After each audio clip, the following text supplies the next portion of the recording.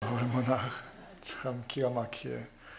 또 성가대도 딱 10명이잖아요. 딱 10명인데 그 찬양을 지휘자 없이 중간에 가끔 싱코페이션도 들어가더만 그거 틀리지 않고, 더구나 그 두 명의 외로운 남자들을 끌어안고 정말 끌어하시는 게 너무 정말 하나님의 찬양을 받으심을 느꼈습니다. 찬양이 제일 중요한 메시지죠. 찬양보다 더 중요한 메시지는 없습니다. 이 데니엘이라고 하는 형제가 오늘 드럼을 쳤는데 전 이제까지 들어본 중에 이렇게 강렬한 드럼 찬양은 아마 어쩌면 무슨 시험을 잘 통과하고 와서 그 찬양 치는 것 같아요. 아마 조지타운 같은 데서 PhD 전공을 하다가 필수 과목 2과목을 다 통과를 시키고 아마 오늘 치는 게 아닌가. 아까 식당에서 그런 얘기를 들었거든요. 그래서 정말 축하드립니다. 뭐니 해도 이 조은상 목사님 부흥회를 준비하시면서, 그것도 또 금요일 저녁, 토요일 저녁 딱 2번의 집회인데, 와, 그 집회를 위해서 하여튼 저한테 이메일로 오신 연락이 20몇 번은 오셨어요.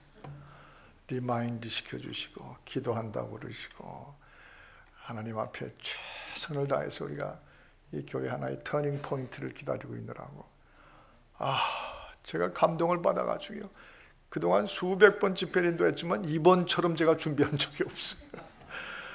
작년에 머리를 비추해서 뵀었지만 딴 분하고 저거 얼굴이 헷갈려가지고 이분인가 하고 이렇게 오늘 왔는데, 완전히 박상민인가 누구보다 더 기가 막힌 정말 좋으신 인물을 뵈면서 참 이 교회 잘 갖추셨습니다. 제가 이렇게 이런 말씀들을 하는 이유가 우리 크리스천들이 갖는 하나의 캐릭터를 얘기하려고 하는 것입니다. 너희가 진리를 알지니 진리가 너희를 자유케 하리라. 이게 사실은 기독교의 핵심이거든요. 핵심이에요. 근데 그만큼 자유합니까 우리? 오늘도 지금 여기 와 계신데 정말 자유하세요? 그 자유는 내가 생각하는 자유 말고 우리 주님께서 내가 너에게 진리를 주노니 진리가 너희를 자유케 하리라 하는 그 자유를 가지고 계신 겁니까? 우리 신앙생활 하다가 계속해서 자기 자신을 이런 말씀 앞에 거울에 쓴 것처럼 자꾸 봐야 돼. 여기 주님이 이렇게 말씀하셨죠. 우리가 아브라함의 자손이고 남의 종이 된 적이 없는데 왜 우리 보고 자유하라고 하느냐. 이 사람들은, 유대인들은 뿔이 났어요. 우리가 누구 종살이 한 것도 아닌데 왜 우리를 보고 진리가 너희를 자유케 하리라. 왜 그런 소리를 합니까? 우리가 얼마나 자유한데. 우리가 남의 종살이 한 적도 없이. 그런데 예수님께서 너희가 다 하나하나가 지금 여전히 죄의 종이라 그랬어요. 예수님이 보시는 그 자유는 우리 스스로가 생각하는 자유하고는 완전히 차원이 다른 거예요. 우리 예수님은 우리한테 우리가 지금 겨우 누리고 있는 그 정도의 자유를 주시려고 이 땅에 오신 거, 십자가에 죽으신 분이 아니라는 것이죠. 여기서부터 참 우린 중요한 이 밤에 도전을 파고 들어가야 됩니다. 우리한테는 예수 그리스도 그분이 우리 속에 계시면서 이 don't라고 하는 자유도 주셨어요. 꼭 하고 싶어도 don't, 그리고 안 해요. 또 우리에게는 거꾸로 do라고 하는 자유를 주셨어요. 그건 정말 하고 싶지 않은데 do! 그 자유예요. 근데 과연 여러분들은 이 미국에서 삶은 우리 권사님들도 이 정도 영어는 다 하시잖아요. 노인학교에 가지고 오바마가 주는 프로그램 다 공부하셨잖아요. 근데 don't! 자유가 있습니까? do라고 하는 자유도 갖고 계십니까?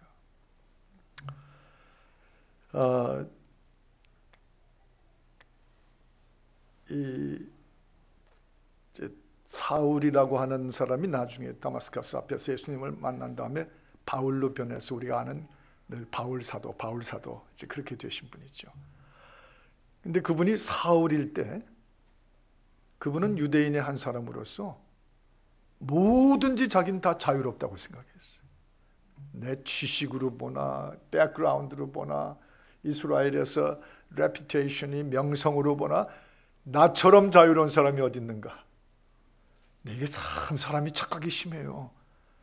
그 후에 자기가 진정 그리스도 안에서 시작한 자유하고 자꾸 그 다음에 복음 바울 서신에 보면 비교를 해보는데 그게 아니었다는 거예요. 꽉 유대인의 관습에 묶여 있어요. 유대인이라는 자부심과 교만에 꽉 묶여 있어요.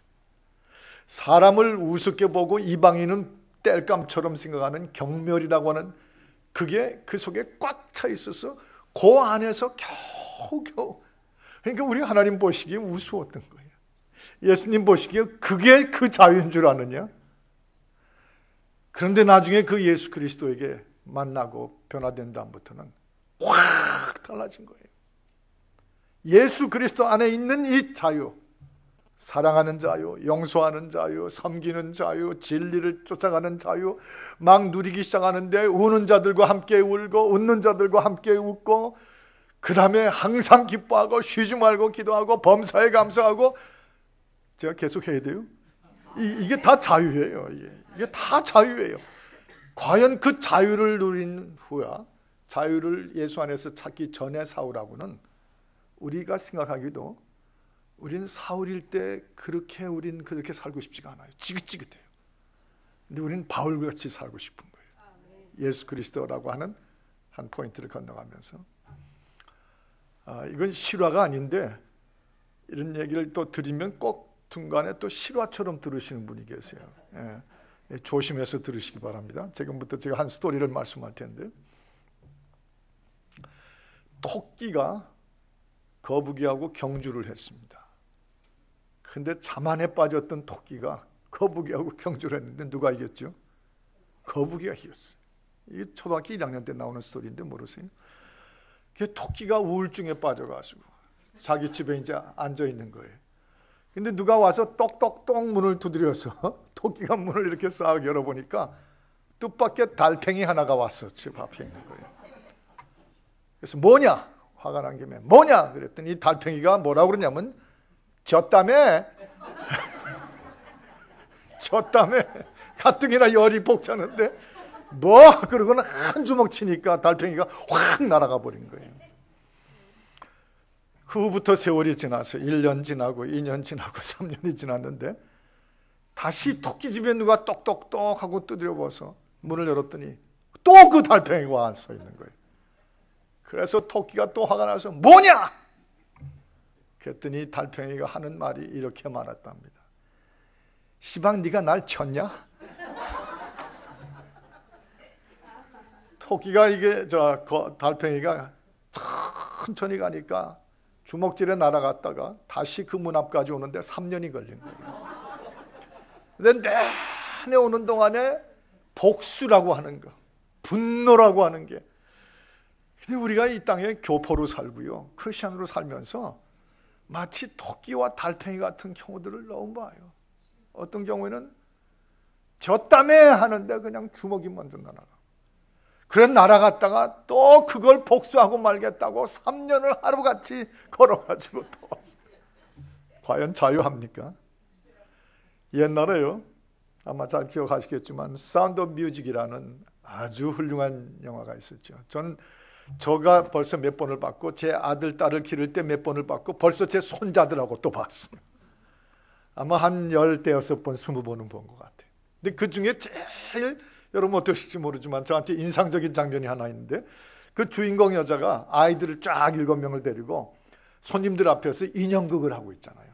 인형극을 막 하는데 그 노래가 지금도 기억나죠. 짠짠짠 짜다단 딴딴 다다단 따다단 딴딴딴. 성가대원들을 시켜드리면 멋지게 하실 텐데. 근데 그 인형들이 막 힘있게 춤을 추고 돌고 하는 것 같은데 가만히 보면 하나같이 뭐에 걸려 있죠? 줄에 묶여 있어요. 팔, 다리, 목 다 줄에 묶여서 그 뒤에서 막 이걸 흔드는 대로 움직이는 거예요. 자유요? 안 자유예요.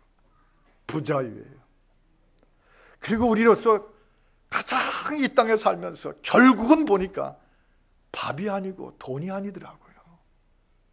큰 집이 아니에요. 정말 인간이 처절하게 원하는 건 자유예요.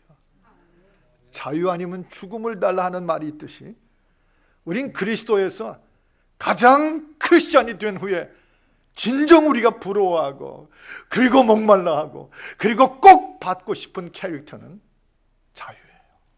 Liberty in Christ. 그리스도 안에 있는 그 자유를 차지하지 않고는 우린 늘 그저 껍데기만 크리스찬하고 붙이고 다니는 거나 솔직히 뭐가 차이가 있겠어요.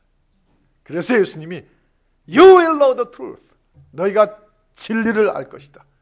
근데 그 36절에 가면 그 진리는 자기 자신, 예수님이 진리라고 그러셨어요. You will know the truth. 즉, You will know the Lord Jesus Christ. 예수를 알지니 The truth will set you free. 그 진리가 너희를 자유케 하리라. 이 말 바꿀까요? Jesus will set you free. 예수는 그런 분이에요.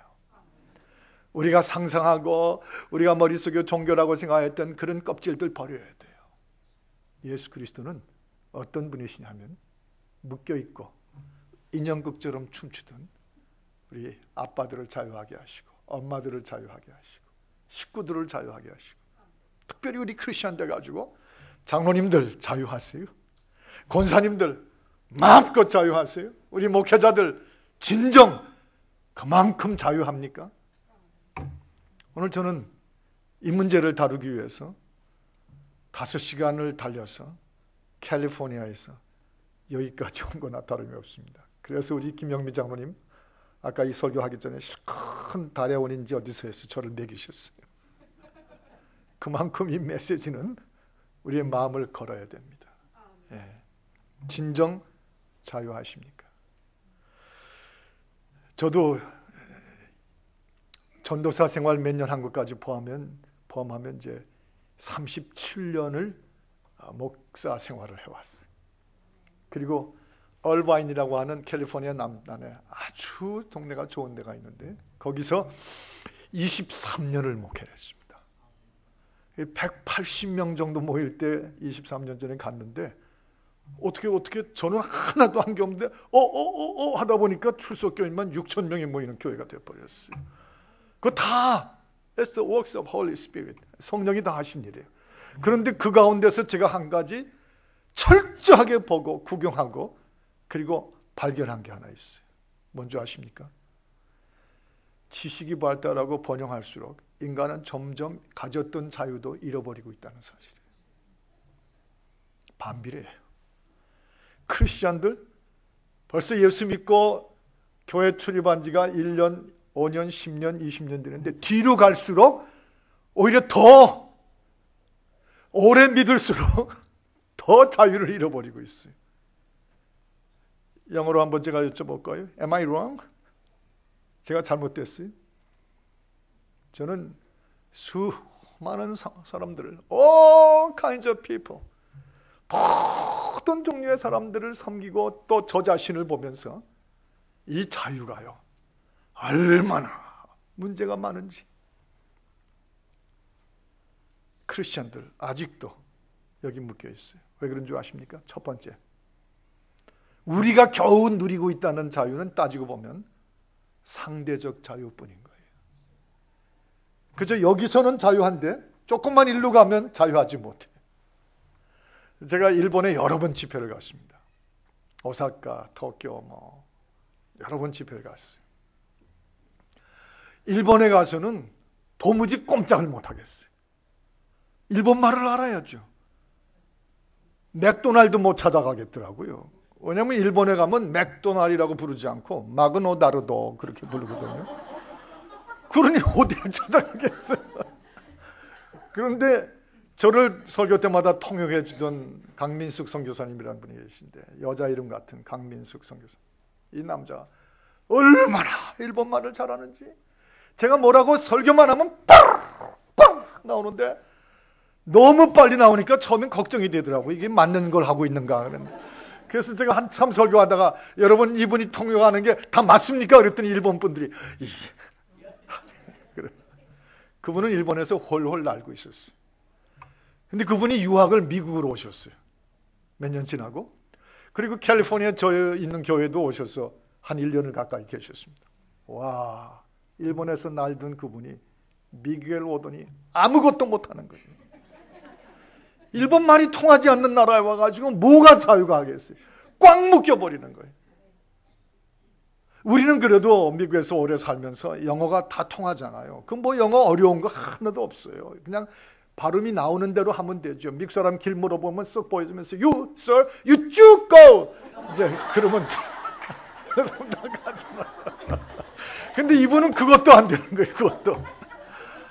그래서 제가 거기서 발견한 게 상대적인 자유라는 걸 봤습니다.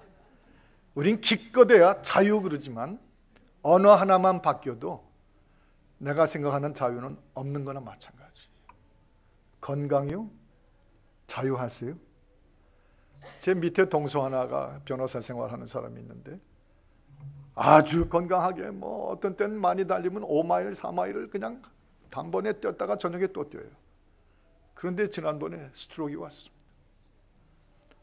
너무 마음이 아파서 이번에 와서 보니까 He's doing good job.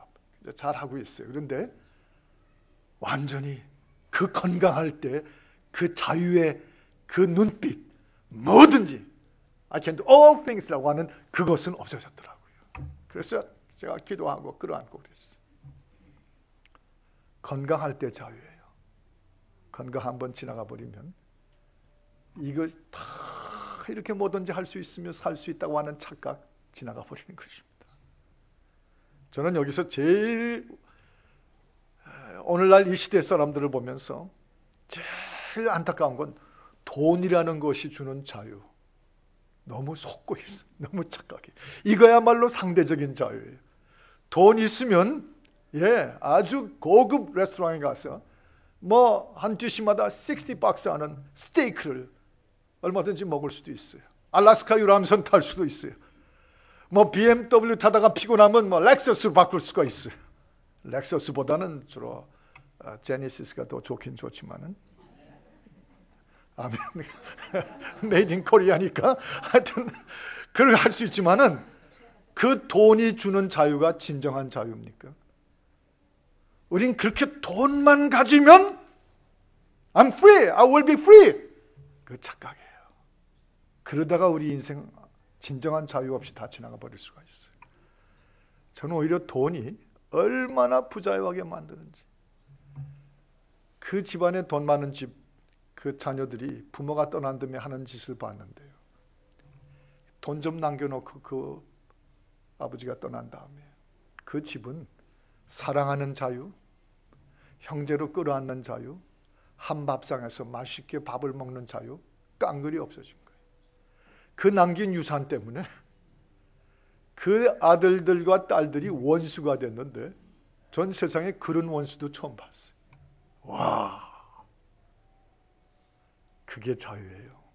사탄이 우리를 속인 거죠. 상대적 자유를 주려고 예수 그리스도께서 이 땅에 오시지 않았어요. 하나님의 아들이 이 땅에 오셔서 십자가에서 자기의 몸을 희생물로, 자기 몸이 죽어서 우리 모두를 구해내시고 구원해 주시고 우리를 죄와 악령의 세계에서부터 자유하게 하신 것은 그 고귀한 죽으심이 그 정도 가지고 그 정도 상대적 자유를 주려고 하나님의 아들이 이 땅에 오셔서 죽으신 거 아니에요. 오히려 그렇게 생각하면 그분을 욕되게 하는 거예요. 전 그렇게 믿습니다. 그거는 하나님의 독생자의 거룩한 희생을 우리가 모욕하는 것과 다름이 없어요. 우리 달리 생각해 봐야 돼요. 절대적으로 자유한 거. 제가 이렇게 붕해를 왔다가 이제 대접을 뭐 달해원에서도 받고 또 뭐 집에 가서도 받고 그러는데 한 번은 어느 집에 식사를 대접받으러 갔습니다. 부흥회 집회 중에 저 다른 도시인데 그래서 쭉 차려주셔서 앉아서들 맛있게 먹고 얘기를 하고 있는데 문득 보니까요 그 옆에 식탁 옆으로 그 집 개가 왔다 갔다 하고 있어요. 애완견이. 너무 제가 웃음이 나는 게 그 개 그 펫이 안경을 쓰고 다니는 거예요. 여러분 안경 쓴 개 보셨어요? 되게 웃겨요. 이걸 착 걸고 이 개가 왔다 갔다 하고 있는 거예요. 그래서 저는 그 집 애들이 있어서 장난으로 개 안경을 씌워준 줄 알았습니다. 문제는 보다 시리어스 하더라고요. 이분이 아니라 이 개가 시력이 나빠져가지고, 나이가 너무 들어서 시력이 나빠져가지고 툭 하면 계단에서 미끄러진대요. 툭 하면 벽에 가서 부딪힌대요. 이분이, 이 집사님이 너무너무 마음이 아파가지고 어떤 자유를 구사하셨냐면 그 개를 데리고 가서 안경을 맞춰준 거예요. 이게 동물원인지 수의원인지 거기 가가지고 어떻게 또 그 안경을 맞췄는지 모르겠어요. 잘 보이냐? 멍멍. 이제 그러면서 했는지. 그래서 멀쩡하게 안경을 쓰고 다녀요. 그거 개를 사랑하면 돈, 비싼 돈 들여서라도 개한테 안경도 씌워줄 수 있는 자유 있어요. 근데 문제가 더 심각한 건, 대화하다가 밥 먹다가 그 집 아들들이 둘인데, 둘째 아들이 아버지가 가기를 원하는 대학에 메이저 전공을 안 하겠다고 그러고 지가 원하는 쪽으로 간 거예요. 이 부자간에 붙었어요. 아버지가 내가 가라는 대로 가야 내 인생이 좋아. 아버지, 난 내가 원하는 걸 원해요. 나중에는 우리 한국 남자들, 아버지들 잘하는 거 있죠. 나가! 내 아들도 아니야. 이런 아버지들 때문에 고생하는 아들들이 무지하게 많아요. 근데 나갔는데 지금 2달째 못 들어오고 있어요. 중간중간에 엄마한테 집에 좀 들어가게 해달라고 그러는데 이 아버지가 절대 용납을 안 하는 거예요. 걔는 안경을 씌워주는 자유가 있는데 자기 아들은 나가 하는 자유를 누리고 있고, 이게 도대체 뭔 거예요? 번영과 지식과 그리고 어떤 교양과 그 허영으로 가득 차가는 이 세상에선 지금 뭔가 좀 나사가 삐뚤어졌어요. 그게 자유인지 부자유인지, 버려야 될 자유인지 가져야 될 자유인지, big confusion, 완전히 혼란스러운 거예요. 더구나 교회 안에서 이 자유가 교회 안에서까지 없으면 오늘 우리가 보는 것처럼 교회들이 마음이 아픈 거예요. 고통스러운 거예요.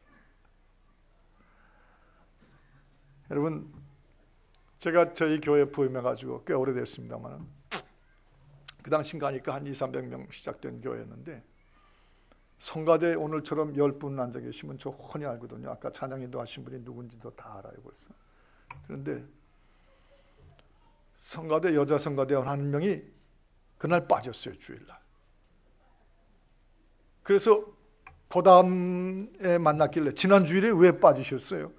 안 보이시던데 그랬더니 그게 이제 우리가 기껏 누리는 자유예요. 뭐라고 그러시냐면, 목사님 사실은요 그 전날 파마를 했는데 파마가 잘 안 빠졌대요. 그래서 주일 한 번을 말아먹은 거예요.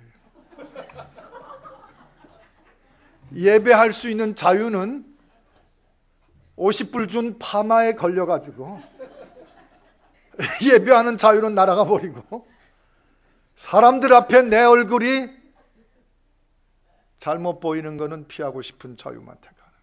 이 교회 안에 예배를 두고 서로 사랑을 두고 교회가 복음의 공동체로 있어서 이 자유가 이 모양이 되니까 하나님의 이름은 점점 권세와 능력이 마치 없는 하나님이신 것처럼 우리가 소위 무신론적인 크리스찬이 되어갈 수가 있어요. 또 한 번 그 케이스를, 저는 이제 설교를 할 때 특히 부흥회는 많은 스토리텔링을 통해서 우리 가슴을 이제 느끼게 할 때가 많은데, 설교 끝나고 나가시는데 제가 악수를 하잖아요. 쫙 수많은 사람 나가면서 이 손 저 손 여기서 나와서 악수를 하는데, 어느 날 어떤 권사님, 조금 연세 들진 않은 분인데 비교적 젊은 분인데 와서 악수를 하더니 저보고 뭐라고 그러냐면 귀에다 대고, 목사님, 예, 전 또 좋은 말 하는 줄 알았어요. 예, 저 목사님 용서해 드리기로 했어요. 난데없이 뭐가 내가 뭘 잘못했는지 나를 용서해 주기로 결정하셨대요.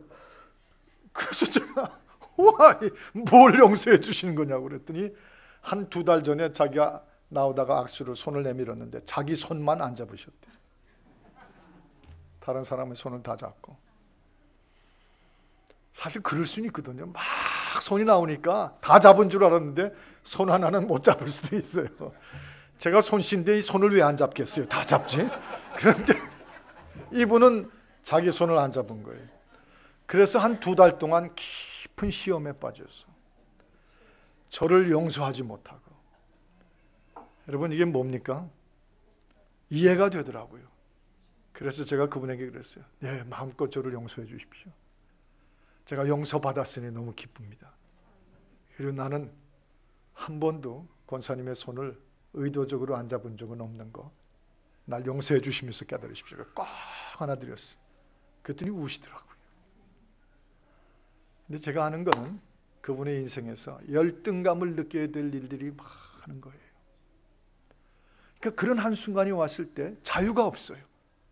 아마 많이 지나가는데 목사가 놓칠 수도 있지 하면 그건 자유인데, 나는 왜 안 잡아 하는 것이 평생의 가슴에 찌들린 고통, 열등감이에요. 그러니까 2달 동안이나 목사를 용서 못한 거예요. 아까 사운드 오브 뮤직 말씀드렸죠? 딴딴딴 따다단 딴딴 따다단. 열등감이란 줄이 땡겨요. 이 욕심이라는 줄이 잡아당겨요. 자부심이라는 줄이 잡아당겨요. 사실 자유하고 그리스도 안에서 We are all free in Christ. 예수 안에서 다 자유하다 하면서도 사실은 사방에서 사탄이, 죄가, 악령이, 이 어두움이 잡아 끄는 대로 움직이는 것. 주여 이걸 좀 풀어주시옵소서. 우리가 그리스도인으로 이 자유를 좀 누리다가 떠나고 주님 앞에 서기를 바라나이다. 우리가 원하시면 아멘 하십시다. 한 번 아멘 가지고 억울하시면 3번 하십시다. 아멘, 아멘, 아멘. 제가 아까부터 이 장로교에 왔는지 순복음교에 왔는지 제가 헷갈리는데 그래요. 하나님의 말씀을 우리가 커뮤니케이션 하는 것은 서로 호흡이 맞는 것입니다. 서로 받아들이는 것이죠. 이 크리스천들이 상대적인 자유를 가지고 자유라고 착각하지 말고, 크리스천들이 가장 이제부터 새로, 뭐 우리 권사님들 중에는 30년, 50년 예수 믿은 분들도 계실 거예요. 그런데 이제부터라도, even from now, 지금부터라도 아직 지금까지 누려보지 못했던 복음 안에 있는, 그리스도 안에 있는 하나님의 사랑과 진리 안에 있는 그 자유를 이제부터 시작하면 되잖아요. 이제부터라도 시작한다고 우리를 야단치시고 꾸짖지 아니하시는 하나님이세요.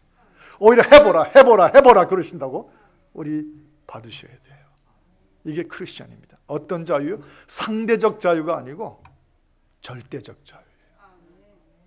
이게 우리 크리스천들에게는 우리가 아직 누려보지 못했으나 그렇다고 없었던 것이 아닌 늘 하나님의 나라에 존재하는 절대적 자유라는 것이 있어요. absolute한 거예요. 이 절대 자유에 아주 중요한 것이 하나 있는데, 이건 인간이 만들지 못하는 것이에요. 학력, 우리의 어떤 지적인 수준, 우리의 스스로의 경건의 연습, 뭐 이런 걸 가지고 우리가 자유를 스스로 생산해낸다고요? 착각입니다. 제가 영어를 쓸 때 제일 많이 쓰는 말이 I don't think so. 전 그렇게 생각 안 해요. 자유는, 이 절대 자유는 기껏 나 자신이 쓰려면 상대적 자유 정도지, 절대 자유는 우리 힘으로 안 돼요. 이건 반드시 받는 거예요. 위로부터 오는 것입니다. 그리고 그가 오셔서 주신 바로 그 자유, 그게 절대 자유예요. 그래서 예수님께서 오늘 이 본문에 너희가 진리를 알지니 그 진리가 너희를 자유케 하리라. 여러분의 마음에 시원하게, 강렬하게 파고 들어갈 수 있기를 바랍니다. 저를 한번 따라할까요? 진리를 알지니 진리가 너희를 자유케 하리라. 저는 이 말씀대로 믿습니다. 그리고 이 말씀대로 믿을 뿐 아니라 이 말씀을 믿고 그 자유를 사모하고 추구할 때 저도 감히 그 자유를 누릴 수 있게 하셨어요. 그래서 그 자유를 누릴 줄도 모르는 사람이 이 강단에 있으면 안 되거든요. 오늘 그 자유를 제가 누리기 때문에 이 자유를, 여기 이 자유가 있으시다고 설교할 수 있는 것이죠. 이 강단에 참 죄송한 얘기지만 용서하시고 들으셔야 돼요. 왜냐하면 하나님이 큰 은혜를 주셨으니까. 제가 고등학교 때까지는 장로의 아들로 자라면서 전혀 몰랐는데, 대학을 저 안암동에 있는 무슨 고려대학인가 어딜 가가지고, 거기가 이제 술대학, 막걸리 대학 아니에요. 그래서 거기서 술을 배웠어요. 근데 그때 처음 제가 안 게 제가 술이 체질이 맞더라고요. 암만 들어가도 취하질 않아요. 새벽까지 마셨는데 두 사람 남아있으면 그 중에 하나가 저였어요. 그리고 그때 그 고대생들이 부르던 그 교만스러운 노래들 뻥 하면서 마셔대면서 뭐라고 구호를 외쳤냐면 술은 인류의 적 마셔서 없애자 뭐 그러면서 참 그때 하나님께서 콱 죽여서 빠뜨리지 않으신 게 얼마나 다행이었는지. 설교하는데 이 강단으로 물병을 가져오시는 이 자유. Thank you.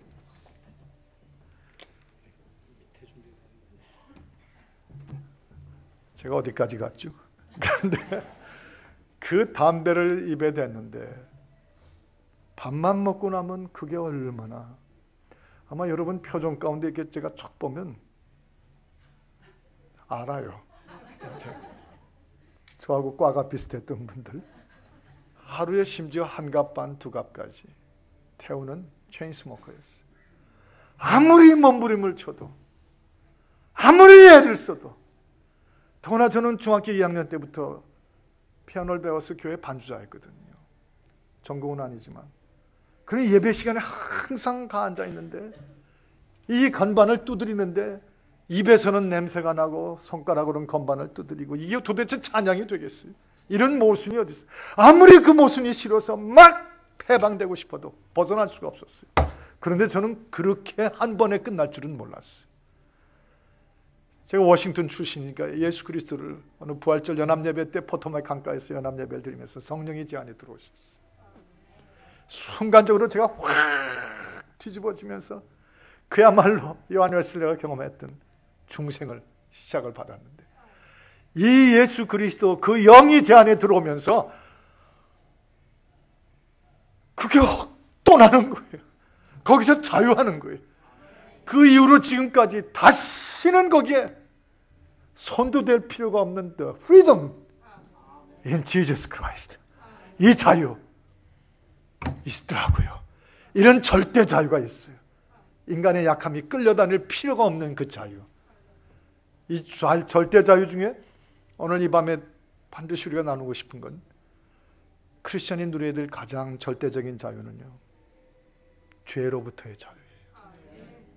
죄, 거기서부터 내가 자유하지 않고는 우린 복음 안에서 변화된 사람이 아닙니다.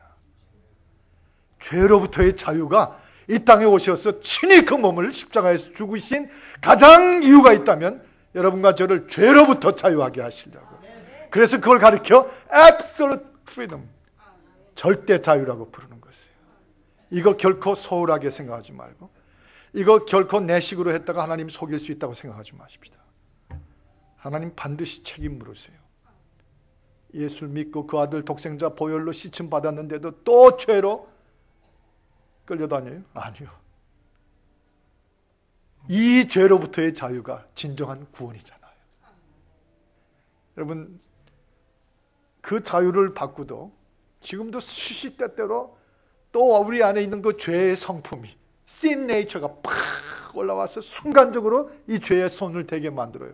그러나 그때마다 예수 그리스도 진리를 알지니, 그래서 큐티하고, 그래서 그 앞에 엎드리고, 그래서 예배하고, 그 말씀을 이렇게 받아들이고, 지금 여러분의 눈동자가 뭐 빵빵하게 지금 받아들이고 있거든요. 이렇게 말씀에 막 들어가고, 이러다 이렇게 살면서 뭐가 떠나요? 죄로부터 절대 자유를 행사하기 시작할 수가 있는 것이에요. 저도 이 참 부끄러운 고백이지만 제가 집에서 제 아내하고 둘이, 아이들이 이제 다 결혼했으니까 밥을 먹으면요, 제 아내는 쿠킹을 하고 제가 하는 유일한 섬김 봉사가 있는데 컵 2개 놓고 숟가락 젓가락 놓는 일을 해요. 그게 이제 제가 하는 일이에요. 근데 한 번은 제 아내가 돌아서서 쿠킹을 하고 있는데 숟갈 젓갈을 놓으려고 이렇게 놓다가 숟갈 하나를 떨어뜨렸어요. 그래서 그걸 얼른 집어가지고 휴지로 푹푹 닦으면서 거의 자동적으로 저도 모르게 그 떨어졌던 숟갈을 제 아내 쪽에다 갖다 놓은 거예요. 그게 참 묘해요. 이건 더러워진 거니까 제 아내 쪽으로. 그리고 갖다 놓은 거예요. 이게 나이가 이렇게 들었는데도 그걸 가. 근데 그 다음부터는 밥을 먹는데 아내가 옆에 앉고 밥을 먹는데 도저히 이게 걸려서 먹을 수가 없어요. 자꾸 새 속에서 야 치사하다. 네가 목사냐? 아직도 그러냐? 계속 올라오는데 안 되겠어요. 그래서 여보, 네? 사실은 말이지 내가 숟갈 떨어졌던 걸 더럽다고 자기한테 놨어. 이제 자백하고 회개한 거예요. 아, 그때 제가 봤는데요. 세상에 누가 여자를 속일 수 있으리요? 딱 듣더니 벌써 알고 있었어요. 벌써 알고 있었어요. 그런데 우리는 갈등이에요. 갈등이지만 갈등이 있는 쪽이 갈등이 다 마비된 것보단 우리 주님 앞에는 월등히 절대 자유로 가고 있는 중이에요.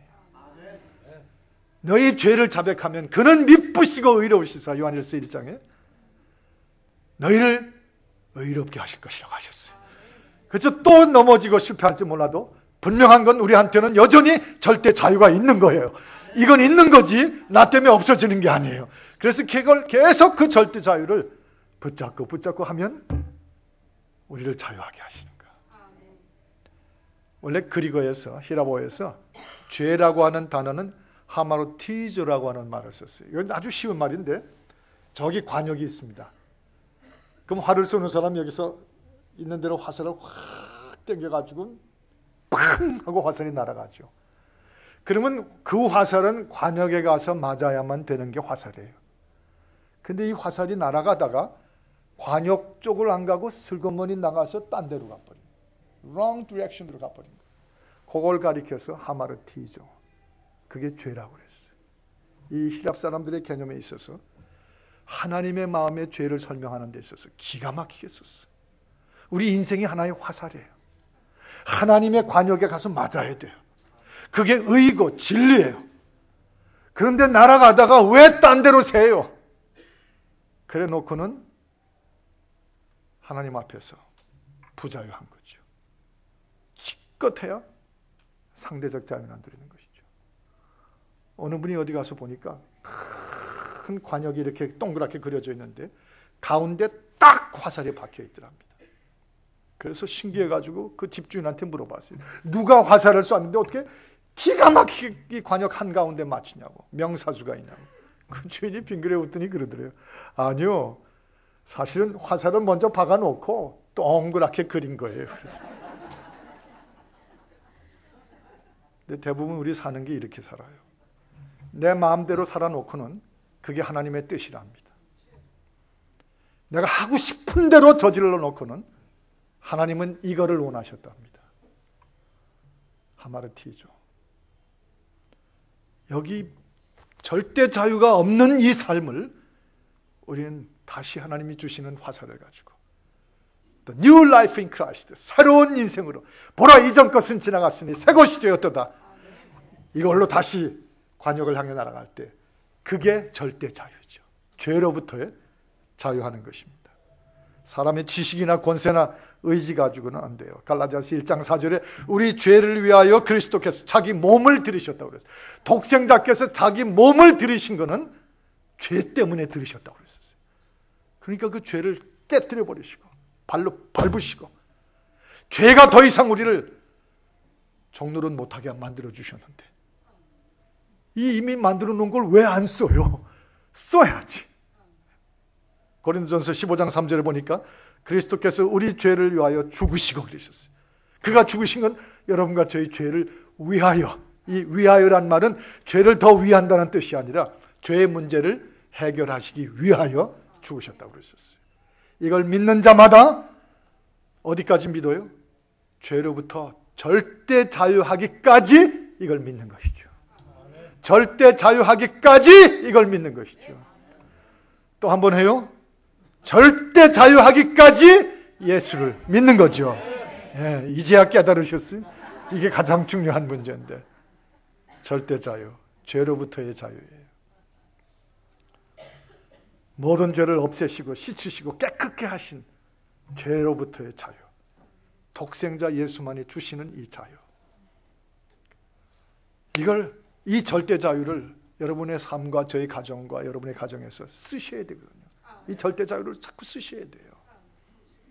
어느 부인들이 모인 자리에서 제가 들었는데 서로 대학을 어디서 공부했는지 뭐 그런 얘기가 나왔어요. 그랬더니 어느 자매님이 한 40대 좀 넘었는데 자기는 어디 대학 나왔어. 뭐 꼭 그런 거 얘기 안 해야 되는데 하여튼 그런 게 나왔어요. 그랬더니 이분이 뭐라고 그러냐면 저 들어본 적이 없는 대학을 나오셨더라고요.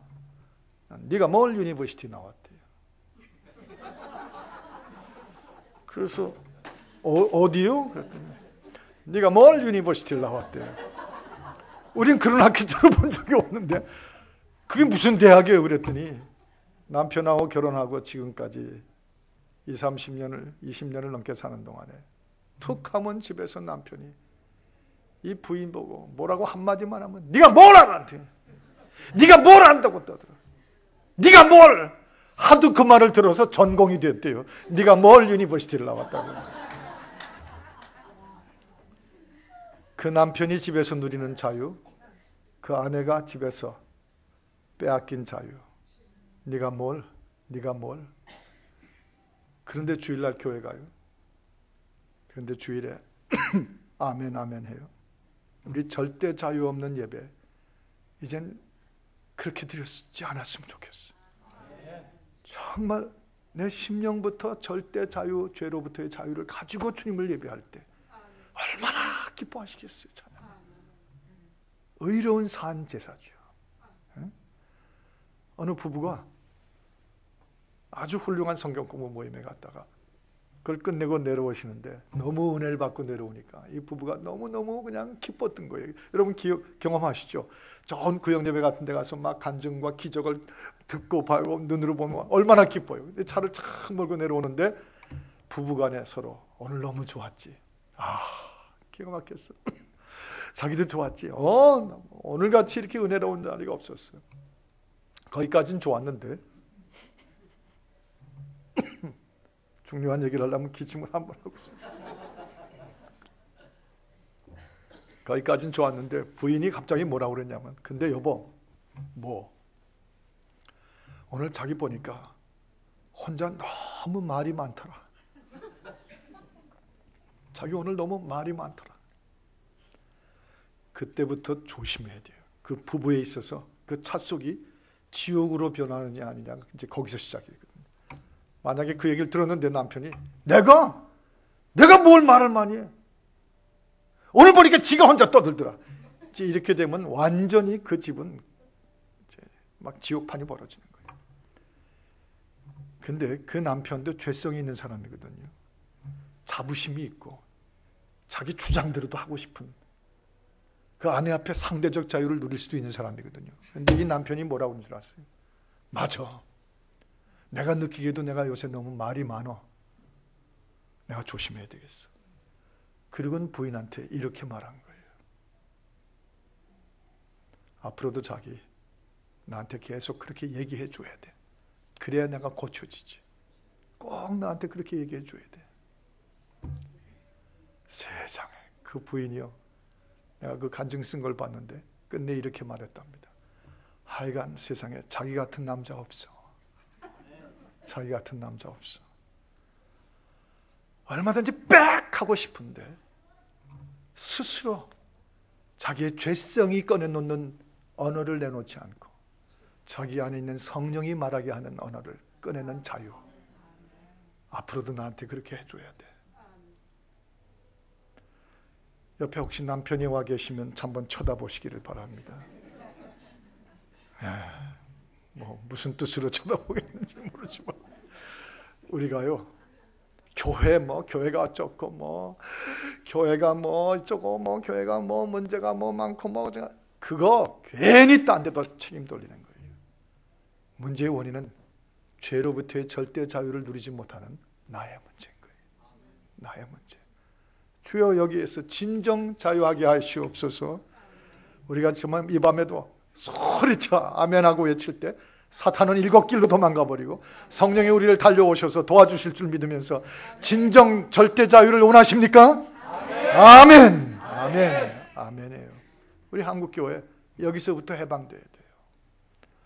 4,700개가 넘는다는 이 북미 대륙의 한인 교회들마다 상대적 자유지 절대 자유를 써보질 못해가지고 얼마나 많은 사람들이 교회를 떠나게 하고 얼마나 많은 우리 세컨 제너레이션, 우리 2세들이 아예 대학만 가면 치를 떨면서 교회를 떠나버려요.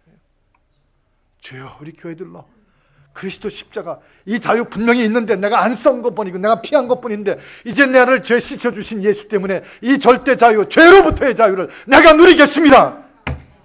자유가 나와요. 그럼 벌써 교회 분위기가 확 변해요. 벌써 가정이 공기가 달라져요. 식탁이, 음식이 달라져요. 네. 개런티. 또 하나의 자유, 이건 죽음으로부터의 자유입니다. 죽음으로부터의 자유. 기독교의 가장 본질 중에 하나는 우리 존재에 대한 문제인데, 우린 스스로 이 땅에 살면서 익숙해진 것이 라이프타임, 인생이에요. 이 인생에 대한 가치관이 먼저 있은 후에 거기다 모자도 씌우고 거기다 화장도 시키고 거기다 옷도 입히고 거기다 머리 후카치도 집어넣고 다 그래요. 그런데 그 인생은 사실은 영생의 전제 조건일 뿐이죠. 인생을 위해서 삶은 크리스천이 아니에요. 우리에게는 영생을 받았습니다.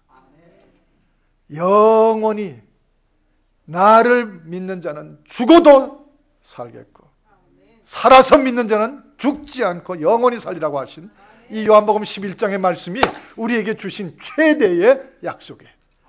이 안에는 자유가 있어요. 이걸 믿으면 우리는 죽음으로부터 자유하는 거예요. 여러분, 빌립보서 1장의 사도 바울이 그랬잖아요. 사나 죽으나 살 때나 죽은 다음에 영생에서나 나는 주의 것이로다. 그게 중요한 것이지 내 인생 거기다가 목을 걸고 건강하기 위해서 예수 믿고 이 몸을 잘 보존시키기 위해서 예수를 믿고 이 몸이 먹는 음식을 좋은 걸로 먹으며 오리털 침대에서 잘 자기 위해서 그래서 복 받으려고 예수 믿으며 이거 이제 문제가 있는 거 우리가 다 알죠. 근데 문제는 아는데 거기서 벗어나지 못했잖아요. 이 죽음으로부터까지 자유할 때 우리의 멘탈리티, 생각이 달라지고요. 우리의 가치관이 다 달라져요. 우리 삶이 척척 나눠줄 수도 있고 우리 삶이 남을 섬겨줄 수 있는 자유를 느껴요. 왜냐하면 인생은 영생의 하나의 리허설이니까. 그 영생을 저도 받았고 여러분도 받았는데 그 영생을 받은 사람답게 오늘의 이 순간순간을 사는 게 죽음의 패배자가 되지 말자는 것이죠. 죽음을 두려워하는 두려움증으로 시달리지 말자는 것이에요. 저 고소공포증 시달리는 사람들 봤어요. 또 어떤 분을 보면 대인공포증에 시달리는 사람도 봤어요. 그런데 제일 많이 보는 사람들은 죽음의 공포증에 시달려요. 이건 크리스천한테는 정말 어울리지 않는 공포증이에요.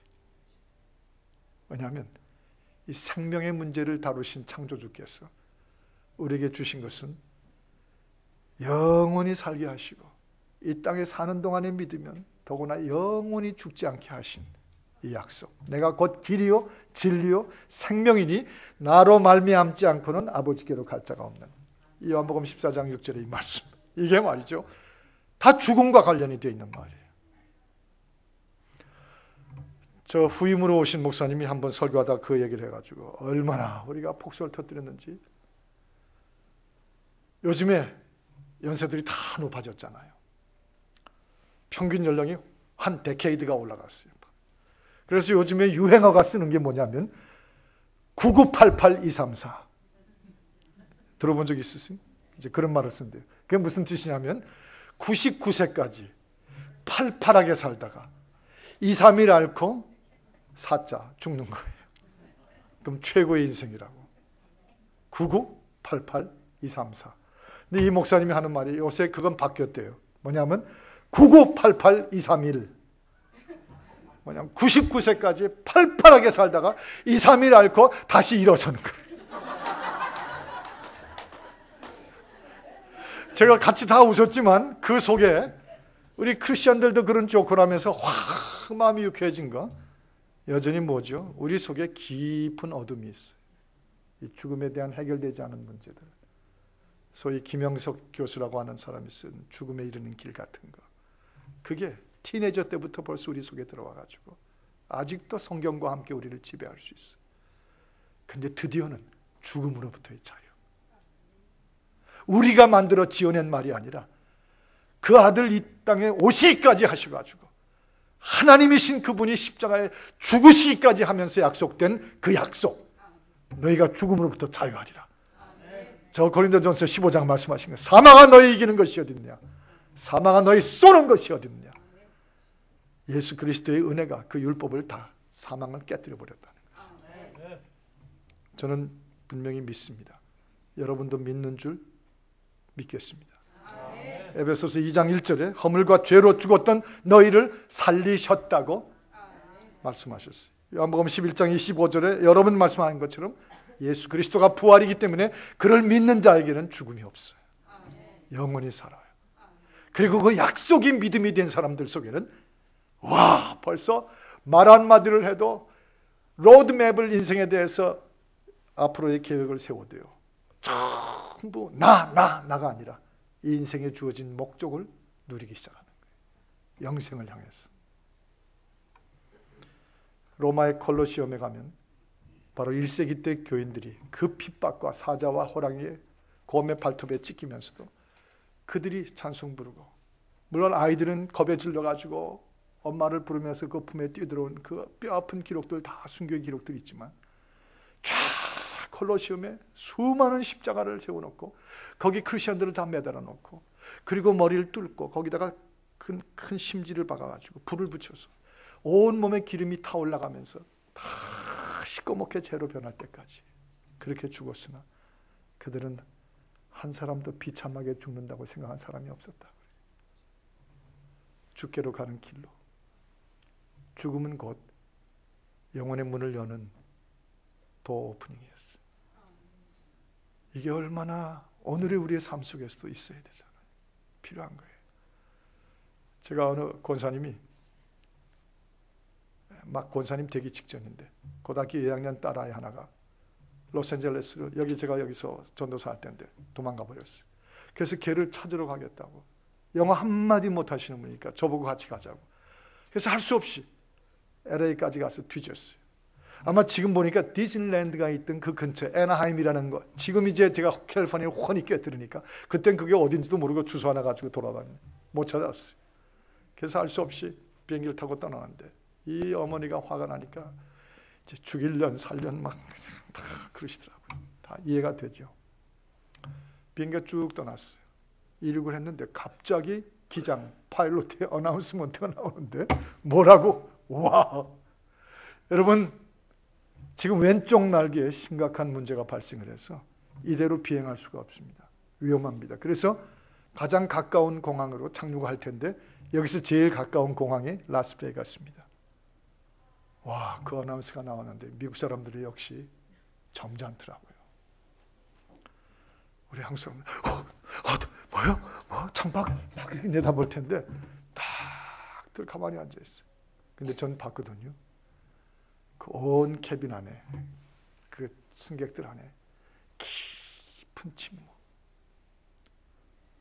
뭔가 두려움증들 깊이 생기는 걸 봤어요. 이제 신문에 막 비행기가 떨어져서 뭐 어쩌고 저쩌고 파편이 날고 그 사진 봤던 거, 그 광경이 다 머릿속으로 들어오는 거예요. 근데 그 가운데 유일하게 한 사람 기도하고 있었어요.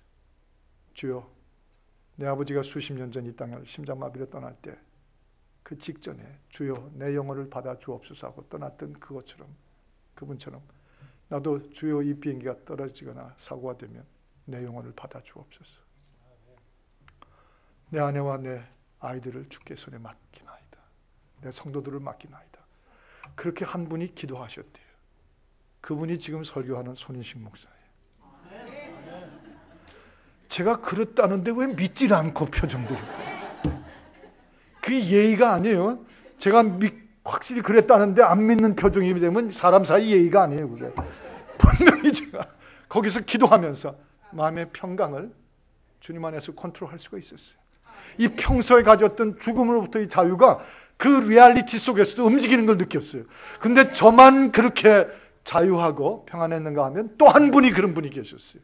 누구냐 하면 그 제 옆에 앉으셨던 권사님. 그분은요 아주 평안하고 자유로웠어요.